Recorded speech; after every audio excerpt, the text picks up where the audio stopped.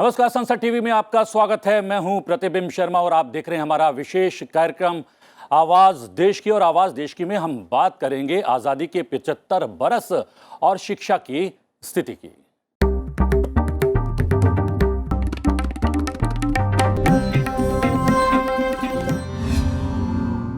जानकार कहते हैं कि मनुष्य की मानसिक शक्ति के विस्तार के लिए शिक्षा एक अनिवार्य प्रक्रिया है। स्त्री हो या पुरुष हो, किसी को भी शिक्षा से वंचित रखना उसकी मानसिक क्षमता विकसित होने से रोक देना है। पूर्ण और सुचारू शिक्षा ना मिलने से महिला या पुरुष बाहर के उत्तरदायित्वपूर्ण कार्यों का भार उठाने में असमर्थ होते हैं। शिक्षा के माध्यम से अर्जित किए गए ज्ञान, कौशल और जीवन के मूल्यों के बल पर लोग समाज में परिवर्तन ला सकते हैं। इससे आने वाली पीढ़ियों का पथ प्रदर्शन प्रभावशाली ढंग से किया जा सकता है। शिक्षित बच्चे ही किसी भी राष्ट्र के भावी जीवन की आधारशिला होते हैं। शिक्षा मानव के विकास में एक महत्वपूर्ण भूमिका अदा करती है। शिक्षा से व्यक्ति सभ्य नागरिक बनता है और सभ्य नागरिक ही सभ्य समाज का निर्माण करता है। शिक्षा मानव को आत्म साक्षात्कार कराकर उसे एक जिम्मेदार नागरिक बनाती है, जिसकी जिम्मेदारी अपने घर परिवार के साथ देश का विकास करने की भी होती है। आज आवाज देश की में हम यही जानने की कोशिश करेंगे कि आजादी के समय और अब में शिक्षा को लेकर स्थिति में कोई परिवर्तन आया है या नहीं आया है। आया है तो उस परिवर्तन की गति क्या रही है, उस परिवर्तन से क्या हम सबको शिक्षा देने की अधिकार की रक्षा कर पाए हैं, क्या शिक्षा से अच्छे और सभ्य नागरिकों का निर्माण कर पाए हैं, क्या देशवासियों को इंसान बना पाए हैं, क्या शिक्षा को रोजगार से जोड़ पाए हैं, क्या हमारी शिक्षा हमें अनुसंधान के क्षेत्र में स्थापित कर पाई है। विषय को जानने समझने के लिए बात करेंगे विशेषज्ञों से और जनता का भी लेंगे साथ। हमारे साथ स्टूडियो में मौजूद है doctor CB Sharma, professor of education IGNOU and former chairman NIOS। आपका बहुत बहुत स्वागत है। हमारे साथ अनिल जोशी भी हैं, उपाध्यक्ष हैं केंद्रीय हिंदी शिक्षण मंडल, शिक्षा मंत्रालय, भारत सरकार के। आपका भी बहुत बहुत स्वागत है। साथ में हमारे साथ अतुल कोठारी जी, जो कि राष्ट्रीय सचिव हैं शिक्षा संस्कृति उत्थान न्यास के, वो वर्चुअल हमारे साथ जुड़े हुए हैं। हमारे साथ जनता जनार्दन है और उनका नुमाइंदा बनकर मैं उनके मध्य विराजमान हूं। आपका भी बहुत बहुत स्वागत है। एक और विशिष्ट व्यक्ति हमारे साथ हैं, पढ़ाते हैं दिल्ली यूनिवर्सिटी में, डॉक्टर विजय कुमार मिश्रा। आपका भी बहुत बहुत स्वागत है विजय जी। सबसे पहले CB शर्मा जी, मैं जानने की कोशिश करूंगा, शिक्षा के क्षेत्र में आप लगातार बने हुए हैं। 75 बरस की अगर यात्रा पर नजर डालते हैं तो हम देखते हैं कि इन 75 वर्षों में साक्षरता 58% बढ़ गई है।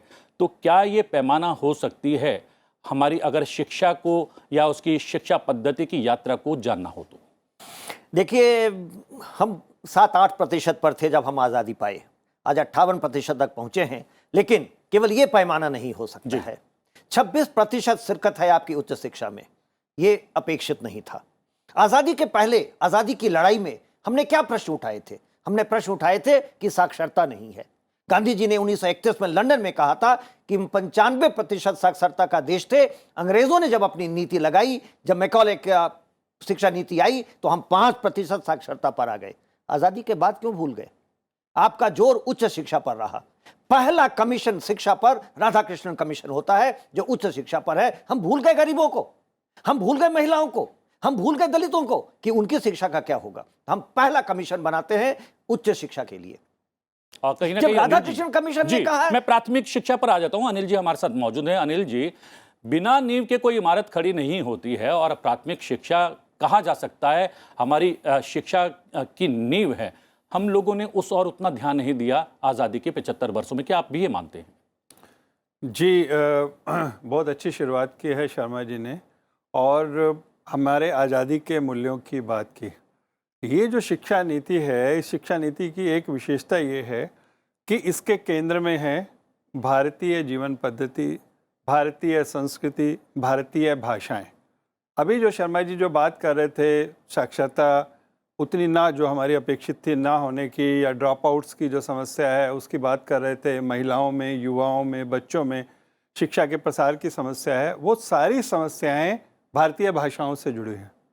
और ये बहुत ही प्रसन्नता और सुखद प्रसन्नता, आश्चर्य की बात है कि इस शिक्षा नीति में इस बात की व्यवस्था की गई है कि इस शिक्षा नीति के अंदर ये व्यवस्था की गई है कि भारतीय भाषाओं के माध्यम से प्राथमिक शिक्षा दी जाएगी, और साथ ही जहाँ तक संभव है 8वीं कक्षा तक की शिक्षा भी भारतीय भाषाओं के माध्यम से दी जाएगी।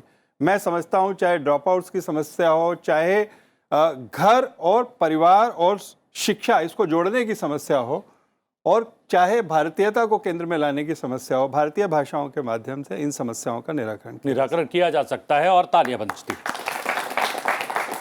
अतुल जी, यहाँ पर शुरुआत की सीबी शर्मा जी ने 1947 से, और आप अनिल जी आ गए 2020 पर।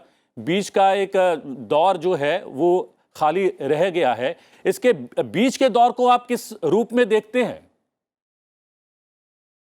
नहीं, इसको हम थोड़ा समग्रता से देखेंगे तो स्वतंत्र भारत में शिक्षा का विस्तार तो काफी हुआ है।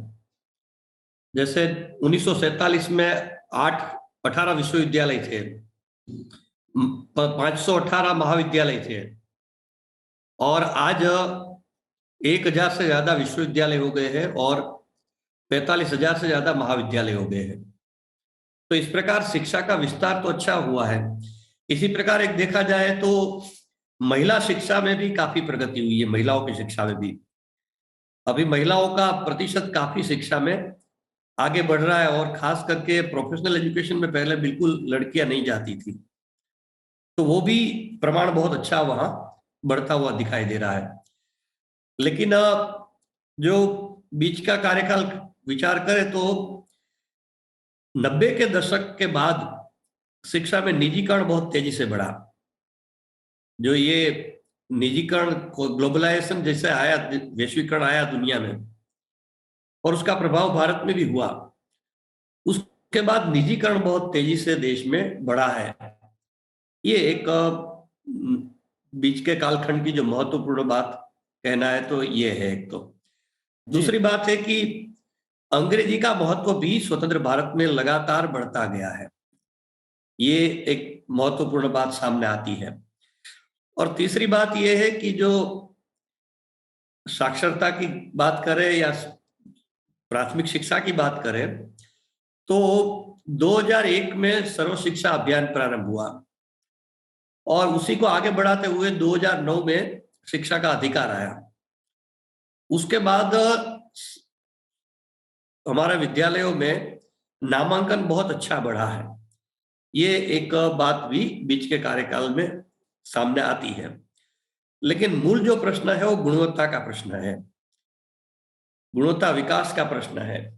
उस दृष्टि से अगर मूल्यांकन करें तो हम इसमें पिछड़ते गए हैं, और आज भी इस दिशा में विचार करने की बहुत ज्यादा आवश्यकता है। जी, सीबी शर्मा जी यहाँ पर मौजूद है। मैं उनसे जानना चाहूंगा, जो निजीकरण की बात कही है, शिक्षा में निजीकरण बढ़ गया और निजीकरण की वजह से कहीं ना कहीं आधिपत्य हो गया हमारी शिक्षा पर अंग्रेजी का, उससे हमें नुकसान हुआ है या लाभ हुआ है? देखिए, निश्चित तौर पर नुकसान हुआ। जैसा कि अनिल जी ने भी कहा, राष्ट्रीय शिक्षा नीति 2020 सबसे ज्यादा जोर किस चीज पर दे रही है? अगर इसका मुख्य बिंदु हम उठाएं तो यह है मातृभाषा में शिक्षा। 2015 में central advisory board on education एक सब कमेटी बनाई थी on out of school children, मैं उसका सदस्य था। 2 करोड़ बच्चे विद्यालय से बाहर थे। अतुल भाई बहुत अच्छी बात कह रहे हैं, शिक्षा का विस्तार तो हुआ, गुणात्मकता खत्म हो गई। क्या कारण रहा? पढ़ा रहे हैं उस भाषा में जो बच्चा समझता ही नहीं है। तो हम अंग्रेजी में पढ़ाते रहे या हिंदी में भी पढ़ाते रहे। हम बिहार से आते हैं, मेरी मातृभाषा हिंदी नहीं है, मैं माघी भाषी हूं। हमको हिंदी में पढ़ाया गया, हमने विद्यालय छोड़ दिया क्योंकि हमको समझ नहीं आता था। ये इस नीति का रीढ़ है। हम लोगों ने वो नहीं किया जो जरूरत थी। हम बिल्डिंग बनाए, हम कंप्यूटर लगाए, हम इमारतें खड़ी किए, लेकिन बच्चों को जो आवश्यकता थी वो नहीं किए। ये नीति उसको बदलती है। चलिए, बच्चे भी हमारे साथ मौजूद हैं, उनको क्या आवश्यकता है शिक्षा के क्षेत्र में, उन्हीं से जान लेते हैं कुछ रिएक्शंस।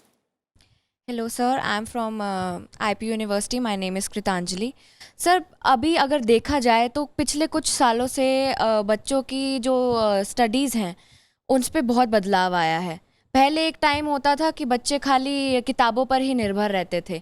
अब एक ऐसा टाइम आ गया है कि मोबाइल फ़ोन, सेल फोन्स, इनके थ्रू बच्चे पढ़ने लग गए हैं। तो आप क्या हमें और सजेस्ट कर सकते हैं कि इसमें हम और आगे विकसित हो जाएं? जी जी, आपके लिए तालियां, लेकिन उस कुछ और रिएक्शन मैं चाहता हूं जल्दी जल्दी जो है आपकी तरफ से आ जाएं।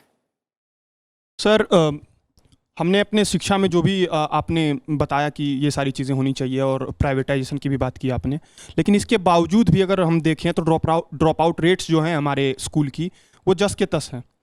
बावजूद कि हम उन्हें मिड डे मील दे रहे हैं या फिर फ्री किताबें दे रहे हैं, सारी चीज़ें करने के बावजूद भी ये हो रहा है। तो क्या आपको लगता है कि सोशियो इकोनॉमिक कंडीशंस जो हैं उन बच्चों की, उन पे भी कुछ काम किया जाए गवर्नमेंट के द्वारा, जिसके कारण कि वो स्कूल आ सकें सारी चीज़ों से मुक्त होके? जी जी जी सर, बिल्कुल। जी सर, मेरा एक सवाल था आपसे कि सर देखा जाए जब से 2020 की जो हमारी न्यू एजुकेशन पॉलिसी आई है, सर हमारा सर जो हैप्पीनेस इंडेक्स है इंडिया का स्टूडेंट्स का, वो सब 149 में से 139 पे आता है। सर स्टूडेंट्स खुश नहीं है किन बातों से, और क्यों नहीं है, इन पे हमें क्यों नहीं दबाव देना चाहिए? और जैसे कि हम बात करते हैं कि हमारा जो स्कूल या कॉलेज हमारा दूसरा घर होता है एक जरिए से, तो सर वहाँ पे हमारी बात समझने वाला भी कोई नहीं है। मूल बात यह है कि आज़ादी के बाद जो हमारी शिक्षा नीति रही, जो शिक्षा व्यवस्था रही, हमने पश्चिम का, अंग्रेजी का अनुकरण किया। समस्या ये हुई कि पश्चिम की अच्छी चीज़ें हमारी शिक्षा व्यवस्था में सहज रूप में आ जाए, एक बात है, लेकिन वो हमारी पूरी व्यवस्था पर छा जाए, ये दूसरी बात है। हमने इसे छोड़ दिया। भारतीय संस्कृति, भारतीय ज्ञान परंपरा, चिंतन परंपरा, जिसके बल पर हम विश्वगुरु थे और जिसके बल पर भारत का परचम पूरी दुनिया में लहराता रहा, वह जो मिस हो गया, वह जो खो गया, उस संदर्भ में आप लोग प्रकाश डालें कि कैसे उसको हम पुनः स्थापित कर सकते हैं, उसको पुनः व्यवस्थित कर सकते हैं। देखिए, आप जो बोल रहे हैं या हमारे मित्र विद्यार्थी जो बोल रहे हैं, एक ही बात है। मुझे संदर्भ लेना पड़ेगा। 11 जून 2014 को प्रधानमंत्री नरेंद्र मोदी पहली बार संसद में अपना वक्तव्य रखे थे और उन्होंने 3 बार शिक्षा के बारे में कहा था। पहली बात जो उन्होंने कही वो ये, 70% लोग और विद्यार्थी गांव में रहते हैं, उनको अच्छे विद्यालय, अच्छे शिक्षक उपलब्ध नहीं है। और तब उन्होंने कहा था, क्या टेक्नोलॉजी के माध्यम से हम इन तक अच्छे शिक्षक और अच्छी शिक्षा नहीं पहुंचा सकते हैं? यह सोच बदली थी। आपको 2014 के पहले की शिक्षा नीति देखना पड़ेगा और शिक्षा व्यवस्था देखनी पड़ेगी। एकदम चेंज है। टेक्नोलॉजी केवल अमीरों के लिए है, ये नहीं है। हम लैपटॉप के माध्यम से, हम एंड्रॉयड के माध्यम से गांव तक पहुंच रहे हैं, उनको भी चाहिए, उनको नहीं पहुंचाया गया था। तभी भारत ने स्वयं स्थापित किया, स्वयं प्रभा लगाया। तो दोनों बातें एक साथ होंगी। हमको कंटेंट इंडियन, टेक्नोलॉजी या कैरियर मॉडर्न। हम भारतीय परंपरा में भारतीय ज्ञान को जरूर गांव तक पहुंचाएंगे, हर किसी तक पहुंचाएंगे। उसी के माध्यम से हम विश्व गुरु थे। जी, जब तक वेद नहीं पढ़ेंगे हम विश्व गुरु नहीं बनेंगे। लेकिन उसको ढोने का माध्यम जो होगा वह केवल शिक्षक नहीं होगा, अब वो टेक्नोलॉजी भी होगा। और ये प्रधानमंत्री ने 11 जून 2014 को साफ किया था, उसी पर हम काम भी कर रहे हैं और वो सफल भी हुआ है। गांव तक शिक्षा तकनीक के माध्यम से पहुंचाने का जिक्र यहां पर हुआ है। साथ ही साथ उन्होंने भारतीय भाषाओं का भी जिक्र किया था कि भारतीय भाषाओं में अगर शिक्षा देनी प्रारंभ करेंगे तो गुणवत्ता भी आएगी हमारी शिक्षा में। आप इस विषय पर काम भी कर रहे हैं, जुड़े हुए हैं। क्या कुछ हो रहा है, क्या कुछ होना बाकी है? ये बहुत अच्छा एक विषय अतुल भाई ने उसमें लिया है कि निजीकरण का विषय। ये जो निजीकरण, शिक्षा का जो निजीकरण है, और आपने भी कहा कि क्या कारण है कि जो ये जिसको जो सो कॉल्ड पब्लिक स्कूल, मैं ब्रिटेन में रहा तो वहाँ पर पब्लिक स्कूल उनको कहते हैं जिनको हम यहाँ पर सरकारी स्कूल कहते हैं। तो उनकी संख्या आज के समय में 50% से भी कम हो गई। कोई भी व्यक्ति जिसके आर्थिक संसाधन कम से कम हो, वो भी अपने बच्चे को अंग्रेजी स्कूल में पढ़ाना चाहता है। और किसी गांव में भी अगर अंग्रेजी स्कूल दिखेगा तो उसका नाम इंटरनेशनल स्कूल दिखाई देगा आपको। तो उसका एक सबसे बड़ा कारण यह है कि हमने अपने जितने भी सर्वोच्च पद हैं, जितनी भी सिविल सर्विसेज हैं, जितने भी डॉक्टर्स हैं, जितने भी इंजीनियर हैं, जितने भी चार्टर्ड अकाउंट्स हैं, जितने भी IAMs हैं, सब लोगों को केवल अंग्रेजी के लिए सुरक्षित रख दिया। इसका क्या अर्थ हुआ?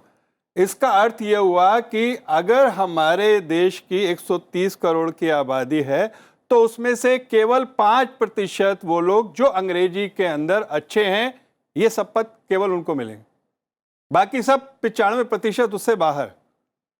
और जब कोई भी व्यक्ति ये देखता है तो वो अपने बच्चे को अंग्रेजी पढ़ाने के लिए, अंग्रेजी के लिए तैयार करने के लिए ये करता है। और उसके कारण से ये पब्लिक स्कूल्स का जो प्राइवेटाइजेशन है या कमर्शियलाइजेशन है, ये प्रारंभ हो गया। आपने प्रधानमंत्री जी की बात की, तो माननीय प्रधानमंत्री जी ने बिहार में पिछले वर्ष एक बहुत बड़ी घोषणा की, शायद जिसकी तरफ लोगों का ध्यान कम है। वो ये है कि उन्होंने कहा कि अब से आज़ादी के 75 वर्ष बाद व्यावसायिक जो पाठ्यक्रम है, चाहे वो इंजीनियरिंग का है, चाहे वो मेडिकल है, चाहे वो चार्टर्ड अकाउंटेंसी है, वो भारतीय भाषाओं में भी हो। और न केवल ये कहा, बल्कि उसके बाद एक टास्क फोर्स बनाई गई और मुझे सौभाग्य है कि मैं भी उस टास्क फोर्स का एक सदस्य हूँ शिक्षा मंत्रालय द्वारा। और उसके माध्यम से अब इस वर्ष से इंजीनियरिंग कॉलेजेस में जो भी इंजीनियरिंग कॉलेज ये चाहता है कि अपनी भाषाओं में, केवल हिंदी में नहीं, वो तेलुगु में भी है, वो तमिल में भी है, वो कन्नड़ में भी है, वो तो इस तरह से भारतीय भाषाओं के अंदर हम अपनी व्यावसायिक शिक्षा अब इंजीनियरिंग की कर सकते हैं। जी, चलिए यहाँ पर एक वोटिंग करवा लेते हैं। कितने स्टूडेंट्स हैं जो भारतीय भाषा में या हिंदी में शिक्षा ग्रहण करना पसंद करेंगे? हैंड रेज कीजिए। अतुल जी, यहाँ पर बात चल रही है भारतीय भाषाओं की और स्टूडेंट्स हमारे साथ हैं और इनका भी मानना है कि भारतीय भाषाओं में पढ़ाई होनी चाहिए। जो हम देखते हैं कि हमारे स्कूल कॉलेजेस के एडमिशन में लंबी लंबी कतारें हैं, 95-96% वालों को भी एडमिशन नहीं मिलते हैं। लेकिन जब शोध के क्षेत्र में जाते हैं तो हम देखते हैं कि भारतीय जो उसमें इनपुट है केवल 0 है। शोध के क्षेत्र में हम बहुत कुछ नहीं कर पाए हैं, उसकी वजह क्या है? ऐसा है कि शिक्षा मातृभाषा में होनी चाहिए, और जो आज शोध के क्षेत्र में भी हम पिछड़ रहे हैं उसका एक महत्वपूर्ण कारण ये है। पूर्ण रूप से ये है ऐसा मैं नहीं कहूंगा, लेकिन एक महत्वपूर्ण कारण ये है कि हमारे यहाँ शोध इंग्लिश में होने की बात करते हैं हम, तो इस कारण से कट पेस्ट हो जाता है। इंग्लिश में साहित्य कहीं इधर उधर से उपलब्ध है, कई लोगों ने रिसर्च पहले किया भी होता है, इसलिए कट पेस्ट करके पीएचडी तो हमारे यहाँ बहुत हो जाते हैं। लेकिन वास्तविक जो देश की समाज की आवश्यकता अनुसार शोध होना चाहिए, अनुसंधान होना चाहिए, वो देश में बहुत नहीवत हो रहा है। इसलिए एक भाषा का एक महत्वपूर्ण कारण है। तो इस स्तर पर बदलाव की बात इस शिक्षा नीति में भी कही है। जो नेशनल रिसर्च फाउंडेशन स्थापित करने की बात कही है नीति में, उसमें भारतीय भाषाओं में शोध के लिए भी एक विशेष प्रावधान रखा जाएगा जी, ये भी बात साथ साथ कही है। साफ कही है। दूसरी यहाँ बात पर जैसे ये मैंने है कि कहा जो- अतुल जी, बहुत सारे स्टूडेंट्स मौजूद हैं और यहाँ पर एक विषय सामने आया है स्टूडेंट्स के मध्य से ही कि तमाम बदलावों के बावजूद भी जो इंडेक्स है खुश रहने का छात्रों का, वो बहुत बेहतर नहीं है। तो मैं छात्रों से जानना चाहूँगा कि क्या कुछ समाहित किया जाए, कौन से तत्व इसमें जोड़े जाएं कि जो हमारे छात्र हैं वो खुश होकर शिक्षा ग्रहण करें? कुछ जल्दी से कुछ बोल पाएगा? सबसे पहले तो अभी एक बार मैं भाषा पे कहूँ कि भाषा की बात हो रही है तो एक अंग्रेजी जो है वो बाजार की भाषा है, और भारत जाना जाता है अपने भाषिक विविधता के लिए, जिसमें हम नई शिक्षा नीति में बात कर रहे हैं। क्या हम वैसा बाजार बना पाएंगे उस विविधता को ध्यान में रखते हुए? क्या और बात है, जब हम बाजार नहीं बना पाएंगे तो हम फिर कहाँ से रोजगार जनरेट करेंगे? तो कहीं ना कहीं एक विरोधाभास दिखता है कि हम केवल पढ़ाते रहें, पढ़ने वालों को बाजार से क्या हम काटना चाहते हैं? प्रतिबिंब जी उसका उत्तर दें। ये हाँ, देखिए उत्तर, बहुत बिल्कुल, बहुत बिल्कुल। देखिए बहुत संगीन प्रश्न आपने उठाया है। आज की पीढ़ी जो पढ़ के निकली है विद्यालय से, वो शिक्षा को केवल रोजगार का माध्यम मान ली है या बाजार का माध्यम मान ली है। हमको नौकरी कैसे मिलेगी, हमारी आमदनी कैसे बनेगी। शिक्षा का ये उद्देश्य हो ही नहीं सकता है। हमारा उद्देश्य ही रहा है सा विद्या या विमुक्तये। विद्या विमुक्ति का माध्यम होना चाहिए, खुश रहने का माध्यम होना चाहिए। मित्र ये प्रश्न उठा रहे हैं कि हैप्पीनेस इंडेक्स में भारत गिरता गया, इसीलिए क्योंकि हम पश्चिम की परिभाषा को अपनाते गए। शिक्षा इसलिए कि सब लोग खुश रहें, सब लोग जाने कि क्या है आत्मीयता, क्या है समाज। तो एक ये बात जानना जरूरी है, लेकिन ये विद्या के माध्यम से ही आएगा। ये हमको विद्यालयों में पढ़ाना पड़ेगा। जो मेरा करिकुलम आज है वो वेस्ट को सेटिस्फाई करने के लिए बनता है, हमारे बच्चों को कैसे पश्चिम में नौकरी मिले इसके लिए बनता है। लेकिन उसको बदलना बड़ी बात भी है ना कि आप रोजगार को शिक्षा से अलग हटाकर नहीं देख सकते, क्योंकि सब कुछ हम रोजगार के लिए या जीवन यापन के लिए करते हैं। अगर ऐसा है शिक्षा अलग है और रोजगार अलग है, तो रोजगार के लिए क्या कुछ? जी, ये जो सवाल किया है बहुत ही अच्छा सवाल किया है, और मैं समझता हूँ कि ये जो शिक्षा नीति है ये उससे दो चार होती है। जैसे मैंने अभी कहा था कि अगर हम सारी जो अपनी सर्वश्रेष्ठ नौकरियाँ हैं, सर्वश्रेष्ठ पद हैं, सर्वश्रेष्ठ डिग्रियाँ हैं, अगर उनको 5-7% के लिए आरक्षित कर देंगे तो हमारी भागीदारी कैसे होगी? आपने अभी एक छोटा सा सर्वे किया और जिसमें कहा कि सब विद्यार्थी ये चाहते हैं कि अपनी भाषाओं में पढ़ने का मौका मिले। आपने आदरणीय अतुल जी से एक प्रश्न किया था जिसका उन्होंने बहुत अच्छा उत्तर दिया कि अगर हमारे यहाँ शोध कैसे होंगे अगर मौलिकता नहीं होगी। आज अभी हम शांति साहित्य का पुरस्कार 1912-13 का गिनते हैं, उसके बाद से हमें कभी साहित्य का पुरस्कार नहीं मिला क्योंकि मौलिकता नहीं है, हमारे चिंतन में मौलिकता नहीं है। ये जो रोजगार का प्रश्न है ये बहुत महत्वपूर्ण प्रश्न है। आपको भी ध्यान में होगा अभी लगातार चर्चा चल रही है एंटरप्रेन्योरशिप की कि सिर्फ हम नौकरी लेने वाले बनेंगे या देने वाले भी बनेंगे। तो ये जो वर्तमान शिक्षा व्यवस्था है वो आपको वो आत्मविश्वास, वो संसाधन प्रदान करती है कि आप स्टार्टअप लगाएं, आप एंटरप्रेन्योरशिप करें, और दूसरा अपनी भारतीय भाषाओं के माध्यम से पूरे देश की भागीदारी, और फिर वो जो बाजार बनेगा, फिर जो रोजगार के प्रावधान बनेंगे, फिर जो मौलिकता होगी, मैं समझता हूं कि वो फिर हम सबकी संभावनाओं को पूरा करने में सक्षम हो। जी जी, यहाँ अतुल जी एक बात चल रही है, मौलिकता बेहद आवश्यक है और रोजगार परक तो हो शिक्षा, लेकिन रोजगार पाने के लिए नहीं, आप रोजगार दूसरों को दे पाएं, ऐसी शिक्षा निहित करने का प्रयास इस नई शिक्षा नीति में किया गया है। क्या आप भी मानते हैं? बिल्कुल, ये सही बात है, क्योंकि जो आपने और शर्मा जी ने बात की, दो बात आई थी उसमें कि आखिरी में तो लोगों को रोजगार चाहिए। तो ये एक अंग्रेजी में छोटा सा बहुत सुंदर वाक्य है, education for living in life. तो शिक्षा से ये दोनों बातें होनी चाहिए कि जिससे बच्चे अपने पैरों पर खड़े हो सके और साथ साथ एक जीवन दृष्टि भी उनको मिले, जिसको हम नैतिक मूल्यों की शिक्षा वगैरह कहते हैं। तो इस शिक्षा नीति में कक्षा 6 से क्लास 6 से वोकेशनलाइजेशन की बात कही है, साथ साथ क्लास 9 से स्किल डेवलपमेंट और इंटर्नशिप की बात कही है, ऑनवर्ड हायर एजुकेशन तक। तो इस दृष्टि से इस नीति में इस दोनों का समावेश। अभी हम पर यदि आप 5% बच्चे 5% ओनली व्यवसायिक शिक्षा ले रहे हैं, उसको 2025 तक 50% ले जाने की बात इस नीति में कही है। तो इस दृष्टि से इस नीति में इस पर काफी बल दिया गया है कि हमारे बच्चे व्यवसाय रोजगार उन्मुख बने और सिर्फ नौकरी की लाइन में न खड़े रहे, अपने स्वयं पे बुलबुतू पर भी वो खड़े हो सके। तो इस स्किल डेवलपमेंट के माध्यम से ये प्रयास हो सकता है। तो क्या माना जाए ये टर्निंग पॉइंट हो सकता है हमारी नई शिक्षा नीति? क्या टर्निंग पॉइंट हो सकती है हमारी शिक्षा के क्षेत्र के लिए? बिल्कुल बिल्कुल, बस प्रश्न एक ही है क्रियान्वयन का। जो शिक्षा नीति तो बहुत अच्छी आ गई है जी, उसका क्रियान्वयन ठीक ढंग से हो जाए, इस पर ज्यादा बल हम सबको देने की जरूरत है। क्या सीबी शर्मा जी, क्या उसको लेकर कोई चुनौती आपको लग रही है? देखिए, मुझको ऐसा लगता है कि ये प्रश्न कई बार उठाया जाता रहा है और अतुल भाई हमसे ज्यादा जानते हैं। 30% जो रिकमेंडेशन हैं वो ऑलरेडी लागू किए जा चुके। अनिल जी बता रहे हैं तकनीकी शिक्षा 7 भाषाओं में शुरू की जा सकी, जो कि बीटेक की पढ़ाई हम भारतीय भाषाओं में 7 भाषाओं में शुरू कर दिए। 40 भाषाओं में प्राथमिक शिक्षा के लिए टेक्स्ट बुक बनना शुरू हो गया है, जो एनसीईआरटी बना रही है।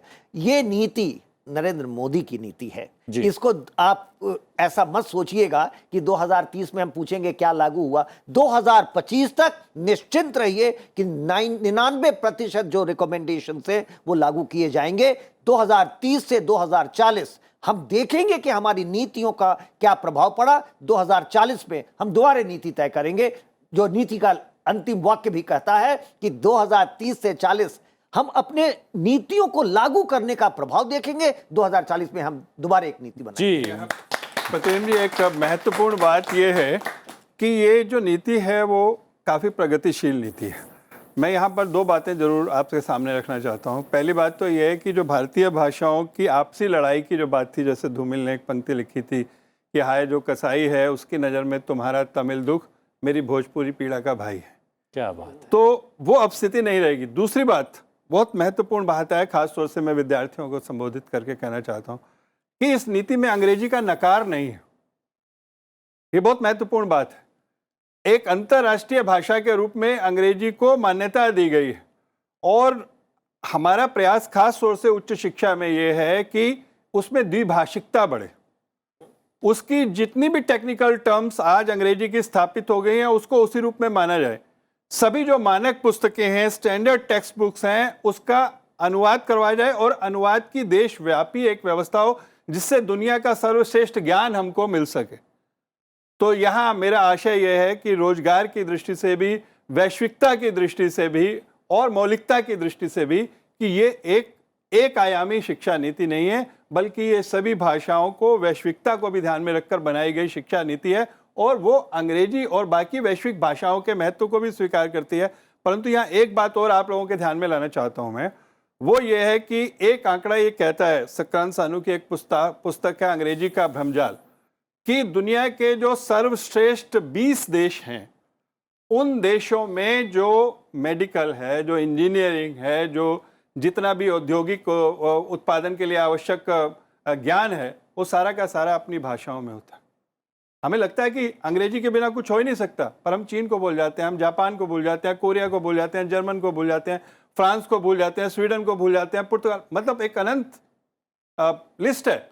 यानी सहज रूप में अगर अंग्रेजी हमारी शिक्षा में स्थान पाती है तो उससे गुरेज नहीं है, लेकिन अंग्रेजी ही हमारे शिक्षित होने का पैमाना बन जाए, ये हमें जो है अब इसके बाद हम इसको कहीं ना कहीं अपने शिक्षा पद्धति में स्थान देने के लिए तैयार नहीं है।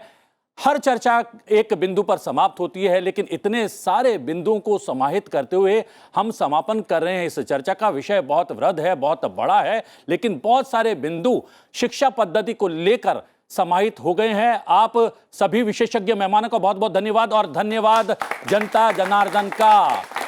आवाज देश की में आज के लिए इतना ही है। आवाज देश की में आपसे फिर भेंट होगी एक नए विषय के साथ। फिलहाल मुझे आज्ञा दीजिए, लेकिन देखते रहिए संसद टीवी। नमस्कार।